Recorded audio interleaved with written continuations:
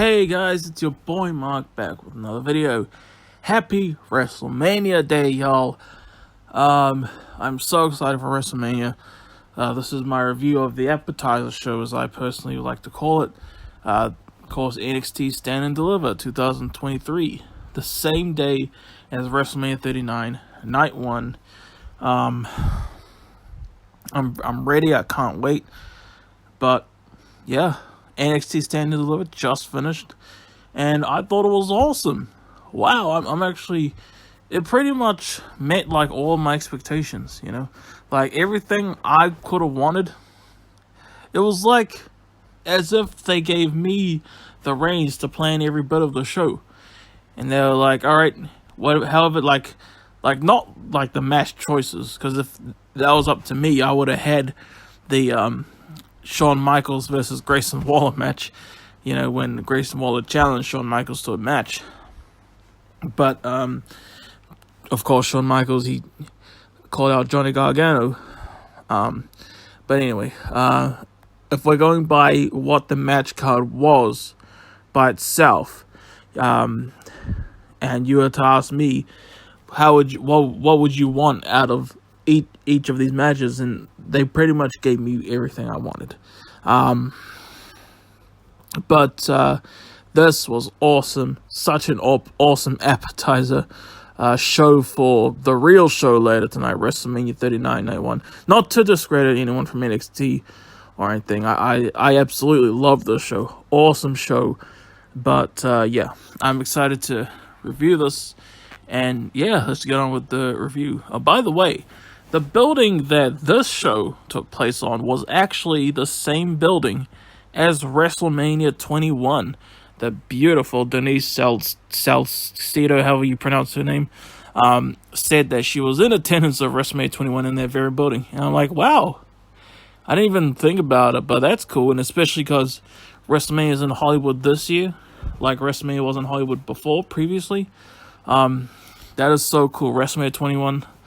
I love that show. And being that films are like my other passion along with wrestling, like that just makes me love these Hollywood type WrestleManias, you know. This was the same building that amazing Shawn Michaels versus Kurt Angle match happened. The same building that John Cena won his first WWE Championship, you know. Amazing stuff. But anyway, it's been a long ass time since I reviewed a pre-show kickoff match, but I mean, not counting AEW, like, or at least on WWE or even NXT. Pre-show kickoff match: Chase University versus Schism, the debut wrestling of Ava, aka Simone Johnson, The Rock's daughter, which is cool. I really enjoyed this match, actually. It was actually a pretty fun match. Chase U, you know, the whole thing was if Chase U lost, then Schism would be controlling them, you know, that kind of stuff. I loved the storytelling in this. Like, right at the end, you had one of the members of Chase U, like, all the other members of Chase U were down, and he was facing, I don't know his name, by the way, so I'm just saying. He was facing Joe Gacy and all of them, and they were like, and he was like, come on, I'll take all of you on by myself, you know, and they're like, you're alone. But then Joe Gacy was like kind of slowly coming up to him, just let it go, and just join us, no one needs to get hurt. And then looks like he took the offer, and the crowd was chanting, you sold out. And then when he was behind Schism, he took the shirt off. No, he didn't just take the shirt off. He ripped it up, so he joined Schism for 30 seconds. Boom, boom, pow. And then he pins one of them to win for Chase University. Most people were predicting Schism, but Chase U won. I'm happy they did. But yeah. As for Ava, her performance, we didn't see too much from her. Like I think she did Mr. T's finisher. Actually, you know, that kind of wasteland type move that Mr. T did at WrestleMania 1, and that's also Mr. T's finisher in WWE 2K22. But yeah, that was I really enjoyed that or the kickoff match. And now the show officially starts, and we get the NXT Women's Championship ladder match. Who are the participants? Roxanne Perez, one of the participants in this match. We weren't sure if she was even going to be in this match. We were wondering if this was going to be for the vacant championship. No, thankfully, she was alright, and she was able to defend in this. But the other participants,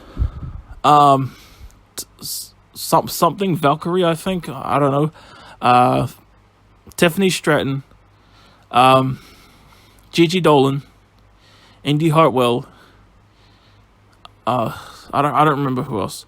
But this was a great match. It started off kind of like a regular, like 5-way or 4-way match. Honestly, it took them a few minutes to get the ladders in, but once those ladders got in, it was great stuff.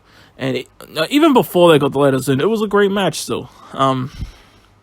You had a lot of great ladder. You had great ladder spots, of course. You had Gigi Dolin almost winning the match, and she was about to win it.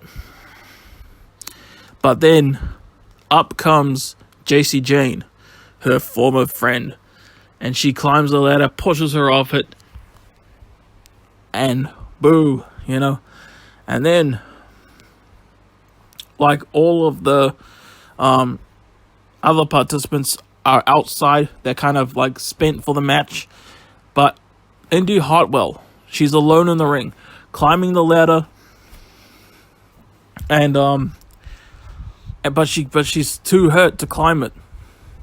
But out from the crowd comes her husband, Dexter Lumis, who lifts her up on his shoulders, climbs up the ladder with her on top of him, and Indi Hartwell is your brand new NXT Women's Champion.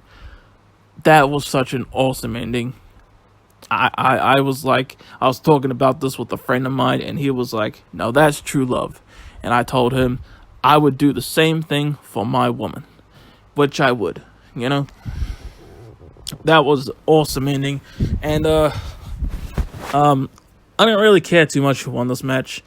I probably would have thought that that Roxanne Perez would retain, and also I was kind of rooting for Zoey Stark just because I actually am Facebook friends with her. I didn't even know this till recently. I was like, oh, I'm actually Facebook friends with her. That's cool. But I wasn't gonna be devastated or nothing if she didn't win. But with that ending, I am so happy that Indi Hartwell won, and the way she won too. Beautiful. BEA beautiful. And especially because I was kind of ahead of this. She was the one half of the women's tag team champions in my WWE 2K series, and longest reigning at that still right now. And I have an action figure of her. I haven't opened it yet, but that's cool. That makes me proud, actually. I was thinking that would be a weird thing to say, but that's how I feel. All right, that's how I feel. But yeah, congratulations, big time to Indi Hartwell. Hope she has a great reign. And yeah. And then we go into the NXT Tag Team Championship match. I think this was a triple threat. I just wanted this match to be over. And to my mercy, this match was 2 minutes long.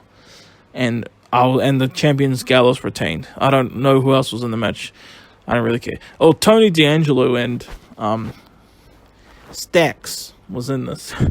Not to stereotype gangsters or anything, but and it was actually Stax who got pinned. And Pretty Deadly. They were really cool hosts backstage. They were I don't know.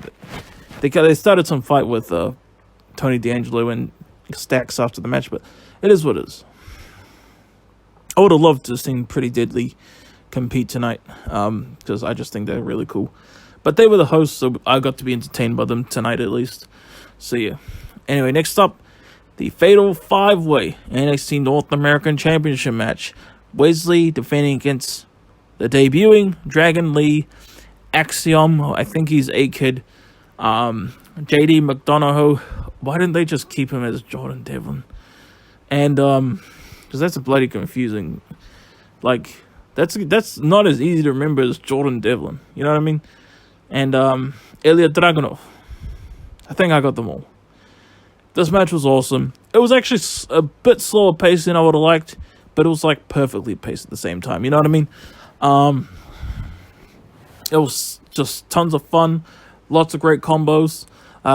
Jordan Devlin was about to get the win, and Ilja Dragunov literally swooped in and grabbed the referee's hand to make sure he doesn't count to 3. Lots of great combos. Dragon Lee being awesome. Ilja Dragunov being awesome. But yeah, it was a decently paced, but I love that. You know, not every 5-way time match has to be like the most fast-paced thing ever, you know what I mean? And this was great. And it got quite a bit of time too. I think maybe 18 minutes if you had to make me guess.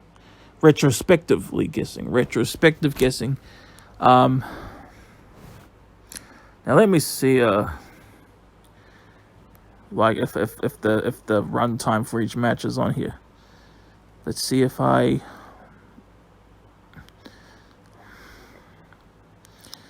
got that right. I'm going on there right now. Well, 19 minutes. I got that pretty good. I almost said 20 minutes, so that would have been equally thing. But in the end, my man Wesley retained exactly how I want. There was probably lots of other awesome spots in this match and other matches from tonight too that I just know I'm forgetting, but it is what it is.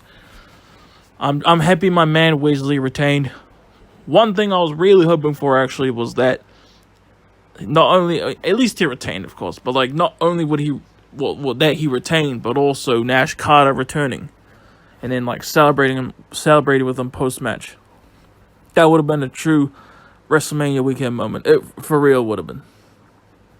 Nash Carter should have never gotten fired. Yeah. But that was that, and next up, and that was probably my match of the night, to be honest. Honestly, yeah.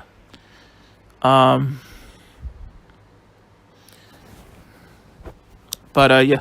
Next up, we have the Unsanctioned Match. What we thought was going to be Shawn Michaels versus Grayson Waller. Johnny Gargano versus Grayson Waller. Awesome match. Although this was pretty much just a 20-minute weapon spot fest. Tables, kendo sticks, trash cans, announce tables, chairs, all that kind of stuff. Nothing you haven't really seen before, but it is awesome. It is a ton of fun. Really not more you can ask for.